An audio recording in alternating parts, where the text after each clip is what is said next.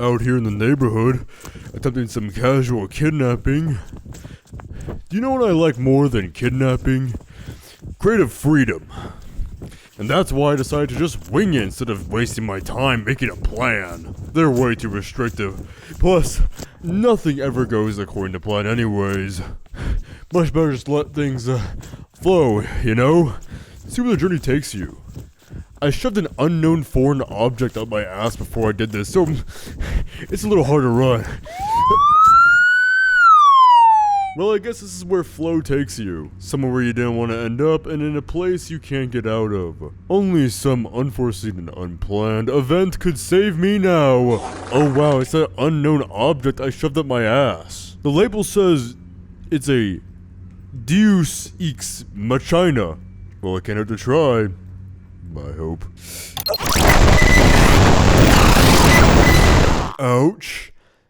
That was rough to go through, just like trying to experience an unstructured story. Most people believe that structuring a story should be avoided, as it will be extremely restrictive on your creativity. And while they are somewhat right, structure's restrictive nature has massively been overestimated. The structure in a story is restrictive in the way that it is illegal to strip naked in the park. For more often than not, it's going to prevent you from doing something stupid. You'll see what I mean throughout this video. Besides, everyone's naked by default. Hardly a creative way to express oneself. You'll also find that structure keeps your ideas more focused and coherent instead of erratic. Another common misconception is the idea that structure is formulaic. And while there are some structures out there that are on the formulaic end, such as Save the Cat, doesn't mean that the technique itself is formulaic. The first level of structure is causality, which is the simplest form of structure. To most, this may seem like common sense, but you'd be surprised how often people don't do this. Causality is the art of cause and effect, action and reaction. Every cause must be motivated, whether it be by the action before it of a different character and or the character's desires. You should also use an effect as a cause for the next effect.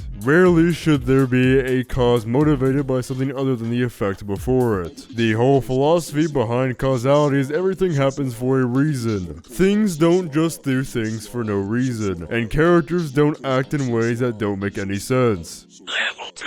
Setups and payoffs. This is different from causality in the way that causality happens one after another, while setup and payoffs tend to have a bit more time between them. Setups should not be noticed as setups most of the time, as tends to be true with good foreshadowing, but this isn't just foreshadowing. A setup could also be a mystery, used as some sort of unanswered question, causing the viewer to wait for the payoff instead of being surprised by it. By the way, a disappointing answer doesn't make for a very good payoff, Ryan. Every single payoff without a setup must be given one. But don't retcon the setup in. Rarely should you ever put the payoff before the setup. I know for these sort of rules and restrictions, people love to point to the exceptions as if they completely dismantle the rule, instead of reinforcing it. But here, let me explain. If the beginning of the film has a murder in it, and it shows who that murderer is, and the rest of the film is watching for how and why things ended up the way that they did, that's not called reversing setups and payoffs. That's called dramatic irony. Matter of fact, in the beginning is the setup, and the answer we get at the end is the payoff. That's because it creates a mystery. The viewer is waiting to find the answer for why and how it happened. If you really wanted to point towards an actual example of reverse setup payoff, it would be something along the lines of a Deus Ex Machina occurring to then have a flashback sequence, or worse, verbal exposition of how and why it happened. That is lazy writing, and is exactly what true reverse setup payoff is. Now, when it comes to setups without any payoffs, the outcome is a bit different. If you finish your story and it works great as is, but you notice you wrote a setup without a payoff, don't go back in and add a payoff. Just delete the setup, because clearly the story does not need it, and you would be wasting the viewer's time by keeping it in. I should mention here that the levels of structure stack, as in you don't use setup and payoffs or causality, but you use setups and payoffs And causality. Level 3. Know the end. There are a lot of stories out there that are quite long and ongoing, yet the writer doesn't know how it will end. This is bad because when it's time to end the story, the writer won't know how to end it. I mean, it would be ridiculous for me to start this kidnapping without planning out how it should end. What is worse is not knowing when it should end, because if the story goes on for too long, people will lose interest and won't even stick around for the ending. If you were to ask me though, I'd say it's best for a story to be remembered for ending too soon, rather than being one that ran past its prime. This is why you should know ahead of time when and how the story will end. Hey, do you want to be let in on a little secret? Did you know that there's a plot point out there that is present in every good story? It's true, it's called the midpoint. And you'll never guess where it happens. At the end. Nah, I'm just messing with you. Of course it happens in the middle, but you probably don't know what it is and its purpose. The midpoint is the story's biggest reversal, usually taking on the role of some sort of false victory, false defeat, or even twist. This plot point is so powerful that it is present in every structure. It also exposes that a lot of them are practically the same. Level 5. Introducing Freytag's Pyramid. My favorite structure to point towards due to how much freedom it allows while also being the most recognizable. First, we have the 4 stages. The exposition stage is the setup of the characters, the setting, and the life the characters had before the inciting incident. Next is the rising action, which comes after the inciting incident and builds up to the midpoint. Then there's the falling action, which comes after the midpoint. Don't be fooled by the name or what some moron tells you online. The intensity of the conflict does not weaken. If anything, it actually gets even more intense after the midpoint. The pyramid design is not a visual representation of the narrative's intensity, but rather the direction. The direction changes because now instead of the midpoint, it builds to the crisis. Finally, the resolution. This is it. The ending. The main conflict has come to an end, and we watch our protagonist escape the chaos and attempt to return to the life that he had before, either change himself, returning to a changed world, or even both. Time for the 3 plot points. First off, we have the inciting incident, which is the event that brings the protagonist from their ordinary world to the chaos world, changing up the direction of the story. Then there is the most neglected plot point, the midpoint, formerly known as the climax. As stated prior, it is the reversal.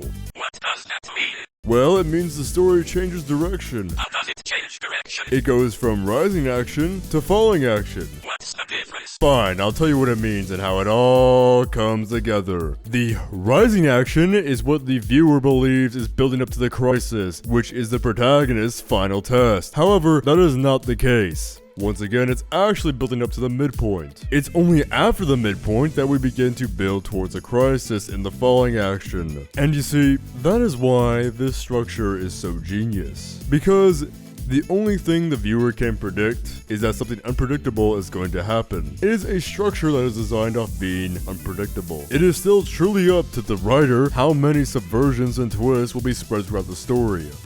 Spoilers for Memento ahead. There are a lot of people out there that believe that just because Memento is told in a non-linear way, that it doesn't abide by conventional structure. And they're kinda right, but they're more wrong than they realize. Hey, that hairpin diagram looks awfully familiar. Exposition, we get introduced to the characters and the setting along with the protagonist's goal. Since the story is told backwards, the viewer is less inclined to wonder if Lenny kills his target, but how he figures out that Teddy is him. Rising action, Lenny has an altercation with Dodd. Of course, we know who wins in the end, but once again, it is about finding out why there was one to begin with. And wants you to find out the question, who the fuck is Dodd? Midpoint. We find out what Natalie really thinks of our protagonist with short-term memory loss, and that she plans to use him. This is what the rising action was building to with Dodd. Falling action. The story from here on builds towards the crisis and the resolution by showing how he met Natalie and what his relationship is with Teddy. Resolution. We find out that Teddy has been using Lenny to kill and steal money from criminals, later splitting the money with Leonard,